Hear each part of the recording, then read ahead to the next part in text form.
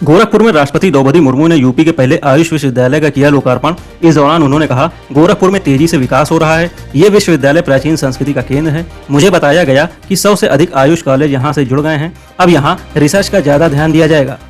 AIIMS Gorakhpur के दीक्षा समारोह को राष्ट्रपति द्रौपदी मुर्मू ने किया संबोधित। कहा, चिकित्सा लोगों के साथ देश सेवा का माध्यम है। स्वस्थ नागरिक राष्ट्र की उन्नति में भागीदार होते हैं। वहीं उन्होंने डॉक्टरों से किया वंचित समुदायों के लिए काम करने का आग्रह।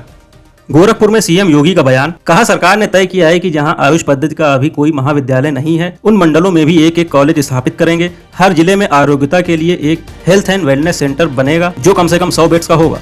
यूपी में पंचायत चुनाव की तैयारियों के बीच सरकार ग्रामीण विकास को बढ़ावा देने के लिए है सक्रिय। पंचायतों के पास केंद्रीय और राज्य वित्त आयोगों से मिले 4033.84 करोड़ रुपए जलापूर्ति, स्वच्छता और सार्वजनिक सेवाओं के विकास पर खर्च की जाएगी ये धनराशि। मुजफ्फरनगर में ग्राम पंचायत परिसीमन की शुरू हुई तैयारी। प्रशासन ने नगर पालिका में शामिल गांवों की आबादी का किया आकलन, जिससे 2026 में लगभग 487 ग्राम पंचायतों में चुनाव होने की है संभावना। ग्राम पंचायतों के नगर पालिका में शामिल होने से मतदाताओं पर पड़ेगा प्रभाव।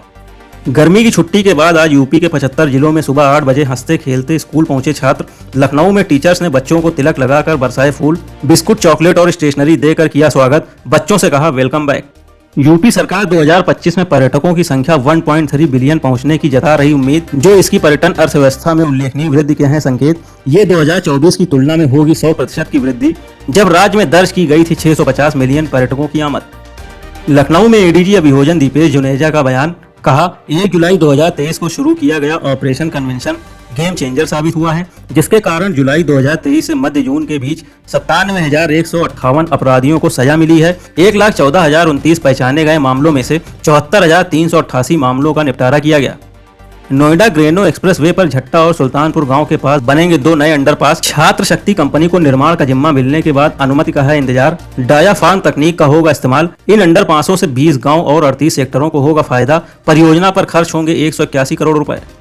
लखनऊ में 4 से 6 जुलाई तक 3 दिवसीय आम महोत्सव का आयोजन। उद्यान मंत्री दिनेश प्रताप सिंह ने महोत्सव में आम की विशिष्ट किस्मों को प्रदर्शित करने का अधिकारियों को दिया निर्देश। उन्होंने किसानों के आम को महोत्सव तक लाने ले जाने की व्यवस्था सुनिश्चित कराने की भी कही बात। कालीन नगरी भदोही में धूमधाम से मनाया गया जिले का 32वां स्थापना दिवस। आयोजित सेमिनार को भदोही निर्माण आंदोलन के नेता रंगनाथ मिश्रा ने किया संबोधित। कहा, तत्कालीन सीएम मुलायम सिंह ने जिले की घोषणा तो कर दी थी, लेकिन प्रारंभिक विकास के लिए कोई आर्थिक सहायता नहीं दी थी।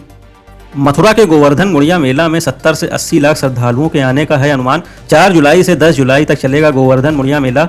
सुरक्षा के लिए 3000 पुलिसकर्मी किए गए तैनात। 21 जोन और 62 सेक्टर में बांटा गया पूरा मेला परिसर। 21 किलोमीटर क्षेत्र में फैले गोवर्धन पर्वत की परिक्रमा करेंगे श्रद्धालु। प्रयागराज में दलित नाबालिग लड़कियों ने एटीएस की पूछताछ में बताए अहम राज। बताया, मेरे जैसी वहां और लड़कियां और बच्चे थे। सबको उर्दू फारसी सिखाई जाती थी। देश के खिलाफ भड़काने वाली बातें होती थी। कहते थे, मुस्लिमों पर जुल्म हो रहा है, तुम्हें बदला लेना होगा। मुझे मुस्लिमों की तरह रहना और नमाज अदा करना सिखाते थे। मुजफ्फरनगर में पुलिस ने जाली करेंसी गिरोह का किया खुलासा। पुलिस ने 2 आरोपियों को किया गिरफ्तार। दोनों के पास से 15 लाख से अधिक की नकली करेंसी, नोट छापने के उपकरण और एक कार बरामद। गिरोह का मुख्य आरोपी अभी है फरार। आरोपियों ने बताया, यूट्यूब से सीखा नकली नोट बनाने का तरीका। नोएडा में पुलिस ने एनसीआर में गांजा बेचने वाले गिरोह का किया पर्दाफाश। मामले में 4 तस्करों को किया गया गिरफ्तार। आरोपियों के पास से 30 लाख का 108 किलो गांजा बरामद। पूछताछ में आरोपियों ने उड़ीसा से ट्रेन में इन्वर्टर की खाली बॉडी में गांजा लाकर बेचने की बताई बात। एयर लौरा मिसाइल के अधिग्रहण का मूल्यांकन कर रही Indian army. Israel aerospace industries ने इस मिसाइल को किया डेवलप। ये एक लॉन्ग रेंज आर्टिलरी मिसाइल है। सटीक स्ट्राइक सामरिक मिसाइल का एक डीप स्टैंड ऑफ वेरिएंट है। इससे सटीक हमला करने की क्षमता में होगा और भी ज्यादा विस्तार। विदेश मंत्री एस जयशंकर ने अमेरिकी राष्ट्रपति ट्रंप के भारत पाकिस्तान के बीच सीज फायर कराने के दावे को किया खारिज। उन्होंने बताया, पहलगाम में हुए आतंकी हमले को आर्थिक युद्ध कहा। पाकिस्तान ने भारत पर हमला किया, जिसके बाद भारत की जवाबी कार्रवाई से पाकिस्तान ने सीज फायर की गुजारिश की। विदेश मंत्री एस जयशंकर ने संयुक्त राष्ट्र में आतंकवाद के खिलाफ कड़ा रुख अपनाते हुए दुनिया से एकजुट होने का किया आग्रह।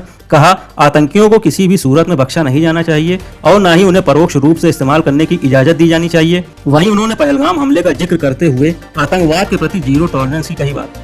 इंग्लैंड के खिलाफ दूसरे टेस्ट से पहले टीम इंडिया को बड़ी राहत। असिस्टेंट कोच रेयन टेन डोसेटने ने की तेज गेंदबाज जसप्रीत बुमराह के चयन की पुष्टि। हालांकि 2 जुलाई से शुरू हो रहे एजबेस्टन टेस्ट में उनकी अंतिम भागीदारी को लेकर टीम प्रबंधन ने अब तक नहीं किया कोई फैसला। भारतीय टीम के तेज गेंदबाज मोहम्मद सिराज ने बिजनेस की दुनिया में रखा कदम। सिराज ने हैदराबाद में खोला अपना पहला रेस्टोरेंट, जिसका नाम रखा जोहारा। रेस्टोरेंट खोलने के बाद सिराज बने सचिन तेंदुलकर और विराट कोहली के स्पेशल क्लब का हिस्सा, जिन्होंने खाने की दुनिया में आजमाया हाथ।